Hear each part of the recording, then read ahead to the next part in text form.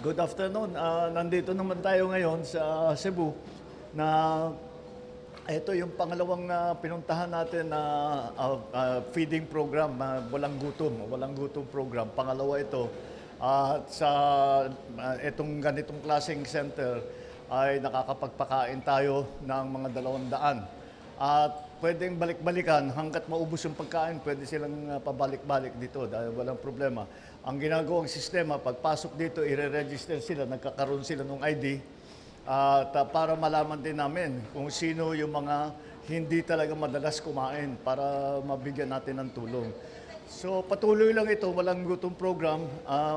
At marami namang nagpapasalamat kami sa ating mga partner na sa yung Hotel Association, tapos yung mga Restaurant Association na nagbibigay din, nagdo-donate sila ng pagkain para sa ating walang gutom program. Ito yung pangalawa, after this will be Zamboanga. Sa Zamboanga naman natin na ibubuo ito. So patuloy lang ito, lalong-lalo na ngayon na tumataas ang presyo ng pagkain dahil sa pagtaas ng presyo ng langis. So abangan, tapos sa patuloy lang kami na tuloy-tuloy na magsusuporta at sana ay mabawasan na yung nagugutom at sana dumating ang araw na wala nang gutom na Pilipino. Yun naman talaga ang aking pangarap para sa atin.